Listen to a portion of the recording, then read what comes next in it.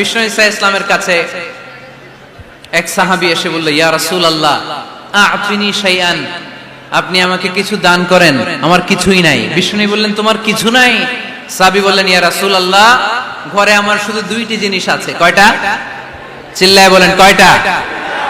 এক হচ্ছে একটা জামা, দুই হচ্ছে পানি খাওয়ার একটা জগ। বিষ্ণু বললেন, এই দুইটাই নিয়ে আস। বিশ্বনবীর কথা শুনে ওই সাহাবী ঘর থেকে জামা নিয়ে আসলেন, পানি খাওয়ার জগ নিয়ে আসলেন। বিশ্বনবী সাল্লাল্লাহু আলাইহি ওয়াসাল্লাম ওনার মুবারক হাত দিয়ে এক হাতে জামা ধরে আরেক হাতে পানির জগটা ধরে সাহাবীদের দিকে উদ্দেশ্য করে বললেন, মাইয়াশতারি হাদাইন, এই দুইটা জিনিস কেনার মতো কে কে আছে দেখি? কয়েকজন হাত তুললো। বিশ্বনবী বললেন, কত দিয়ে কিনবা? এক সাহাবী বলে, ইন্নী আশতারিহিমা বিদিরহাম, ও নবী যদিও এগুলো আমার দরকার নাই, কিন্তু আপনি যেহেতু নিলামে ডাক তুলেছেন, ইয়া রাসূলুল্লাহ ইয়া হাবিবাল্লাহ, আপনার সম্মানে আমি 1 দিরহাম দিয়ে দুইটা জিনিস কিনে নেব। 1 দিরহাম, একটা জামা, একটা পানি খাওয়ার জগ, দাম কত? 1 দিরহাম। বিশ্বনবী বললেন, না না, 1 দিরহাম তো অনেক কম হয়ে যায়, মাইয়াজিদু আলা যালিক, এর চেয়ে বেশি দামে কে কিনবা? আরেক সাহাবী হাত তুলে বলতে লাগলো, ইয়া রাসূলুল্লাহ ইয়া হাবিবাল্লাহ ওয়া ইন্নী আশতারিহিমা বিদিরহামাইন, আমি এই জামাটার পানি খাওয়ার জগটা 1 দিরহাম নয় 2 দিরহামের বিনিময়ে কিনতে চাই। বিষ্ণু ঈসা ইসলাম ওই সাহাবাকে দিয়ে দিলেন।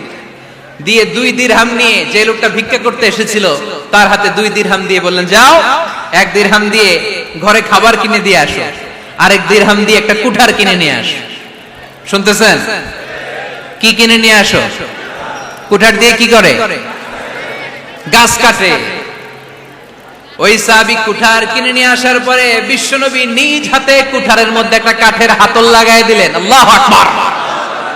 হাতল ছাড়া কুঠার ইউজ করা যাবে? বিশ্বনবী নিজ হাতে ওই কুঠারের ভেতরে একটা হাতল লাগাই দিলেন আর বললেন, লা উরিদু আন আরাকা 15 আইয়াম, এই কুঠার নিয়ে জঙ্গলে যাও, গায়ে অনেক শক্তি আছে, কাঠ কাটো, এই কাঠ কেটে বাজারে বিক্রি করো, সামনের 15 দিন যেন আমি আমার চোখের সামনে তোমার না দেখি। বিশ্বনবীর পরামর্শ অনুযায়ী কুঠার নিয়ে ওই সাহাবী জঙ্গলে চলে গেলেন। কাঠ কেটে বাজারে বিক্রি করতে করতে 15 দিন পরে 10 দিরহাম নিয়ে বিশ্বনবীর দরবারে হাজির হয়ে গেলেন। 10 দিরহাম নিয়ে বিশ্বনবীর কাছে হাজির হয়ে গেলেন।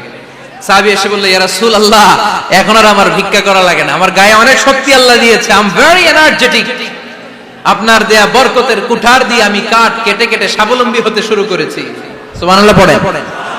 আমি এখন 10 দিরহামের মালিক। বিশ্বনবী বললেন, লা আইয়াহতাতিবা আহাদুকুম হুজমাতান আলা যাহরিহি খায়রুম মিন আইয়াসআলা শাইআন ফায়ু'তিয়াহু আও ইয়ামনাহু, যাদের গায়ে শক্তি আছে তারা ভিক্ষা না করে কাঠ কেটে পিঠে সেই বোঝা নিয়ে বাজারে বিক্রি করা অনেক ভালো।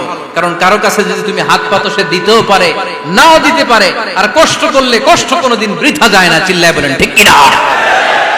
বিষ্ণু ঈসা ইসলামের অনুপ্রেরণায় এই সাহাবা অল্প কিছুদিনের ব্যবধানে স্বাবলম্বী হয়ে গেলেন। What is the moral of the story? বিশ্বনবীর এই প্রফেটিক স্টোরি থেকে আমাদের কি শিক্ষা? লেসন নাম্বার 1, বিশ্বনবী চাইলেই ওই 2 দিরহাম দিয়ে বলতে পারতো, যাও খাবার দাবার কিনে ফ্যামিলিতে দিয়ে আসো। সে ওই 2 দিরহাম নিয়ে খাবার দাবার কিনে ফ্যামিলিকে খাইয়ে রাত্রে আবার ভিক্ষায় নামতো। কথা কন, রাত্রে কি করতো? ভিক্ষায় নামতো। বিষ্ণু ঈসা ইসলাম তাকে কাজ করে খাওয়ার জন্য উৎসাহ দিলেন। পাশাপাশি বিষ্ণু ঈসা ইসলাম পার্মানেন্ট সলিউশন দিলেন। এজন্য পার্মানেন্ট সলিউশনের ব্যবস্থা করতে হবে। অনেকে আমরা যাকাত দেই, যাকাতের শাড়ি দেই, যাকাতের লুঙ্গি দেই, আছে না নাই? লক্ষ্মীপুরে এরকম দেয় নাকি? কি দেয়? হ্যাঁ, গাড়ি, গাড়ি দেয়, শাড়ি না। যাকাতের শাড়ি, যাকাতের লুঙ্গি বলতে কোনো কথা ইসলামে নাই। এগুলো খুব কম দামি শাড়ি, যাদেরকে এগুলো দেয়া হয় তাদেরকে অপমান করা হয়, ঠিক কিনা? আল্লাহ বলেছেন, ওয়ালাকাদ কাররামনা বানি আদম, I have dignified the status of the sons of Adam, আমি আদমের সব সন্তানদেরকে সম্মানিত করেছি। সুবহানাল্লাহ পড়েন। আপনাদের চেয়ে সম্মানিত কেউ আছে? মানুষের চেয়ে সম্মানিত গোটা বিশ্বে আর কোনো মাখলুকাত আছে নাই। এজন্য যাকাতের শাড়ি দেয়া যাবে না, যাকাতের লুঙ্গি দেয়া যাবে না। যাকাতের শাড়ি আপনারা দেখছেন, এটারে একবার ধোয়ার পরে দ্বিতীয়বার পরা যায় না। মশারি কি পাতলা, এর চেয়েও পাতলা। এই জন্য যাকাতের শাড়ি, যাকাতের লুঙ্গি বলতে ইসলামে কোনো পরিভাষা নেই। আপনাকে স্বাবলম্বী করে দেওয়ার চেষ্টা করতে হবে। যারা লক্ষ্মীপুর জেলায় বিজনেস ম্যাগনেট আছেন, তারা একসাথে হয়ে একটা স্ট্রং যাকাত ম্যানেজমেন্ট প্ল্যাটফর্ম করতে পারেন, যেখান থেকে আপনারা বিভিন্ন থানায়, বিভিন্ন গ্রামে বাছাই করে করে কিছু ভাইদেরকে যাকাত দিতে পারেন স্বাবলম্বী করার উদ্দেশ্যে। যেই ফ্যামিলিকে আছে, কি নাম এটা, পল্লী উন্নয়ন ক্লাব, মাশাআল্লাহ, যাকাত ফান্ড দিয়ে বিদেশে লোক পাঠায়। এর চেয়ে সুন্দর পদ্ধতিতে যাকাত বিতরণ আর হতে পারে?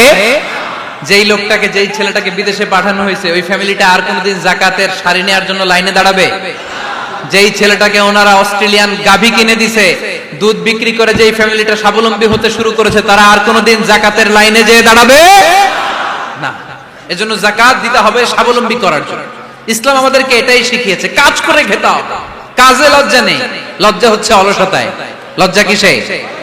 আজকের আলোচনা থেকে এটা মুখস্থ করে নিতে হবে, কাজে লজ্জা নেই। লক্ষ্মীপুরের ইয়াংস্টারেরা শ্রমে লজ্জা নেই, পরিশ্রমে লজ্জা নেই, লজ্জা অলসতায়। লজ্জা কিসে? আরো জোরে। নবীরা কি এমনি এমনি বসে বসে খাইছে? কঠিন পরিস্থিতিতেও নবীরা পরিশ্রম করে উপার্জন করা লেগেছে, ঠিক কিনা? সাইয়েদনা মারিয়াম আলাইহিস সালাম, যার নামে আল্লাহ তাআলা কোরআনে একটা সূরা দিলেন, উনি পৃথিবীতে এমন একজন মহিয়সী নারী, যেই নারীর গর্ভে, যেই নারীর পেটের ভেতরে স্বামীর স্পর্শ ছাড়া সন্তান দিয়েছে কে? সাইয়েদনা ঈসা আলাইহিস সালাম পেটে আসলেন। মারিয়াম আলাইহিস সালাম লজ্জা পেলেন। হায় হায়, কেমন করে এলাকাবাসীদের কাছে আমি আমার মুখ দেখাবো? বিয়ে করি নাই, স্বামী নাই, বিয়ে হয় নাই, স্বামী নাই, কিন্তু পেটে সন্তান চলে এসেছে। হায় হায়, এলাকায় কেমনে মুখ দেখাবো? লজ্জায় পড়ে মারিয়াম আলাইহিস সালাম এলাকা থেকে চলে গেলেন। কি অবাক করা কাণ্ড! বাচ্চা ভূমিষ্ঠ হওয়ার জন্য, বড় হওয়ার জন্য 6 মাস 7 মাস লাগে নাই, পেটে বাচ্চা আসার সাথে সাথে বাচ্চাটারে বড় করে দিয়েছে কে? সাইয়েদাতুনা মারিয়াম আলাইহিস সালাম এবার বসে পড়লেন, বুঝতে আরম্ভ করলেন প্রেগন্যান্সির পেইন উঠেছে। হঠাৎ করে পেট থেকে বাচ্চা ভূমিষ্ঠ হয়ে যাওয়ার পরে উনি কাঁপতে আরম্ভ করলেন। ক্ষুধার চোটে খাবার কিছু নাই, সামনে ঝর্ণা, উপরে একটা খেজুর গাছ। সাইয়েদনা ঈসা আলাইহিস সালামকে কোলে নিয়ে মারিয়াম আলাইহিস সালাম মনে মনে ভাবে, হায় রে, কেউ যদি একটু খেজুর পেড়ে দিত, এই ক্ষুধার মুহূর্তে আমি খেজুর খেয়ে পেটের ক্ষুধা নিবারণ করতাম।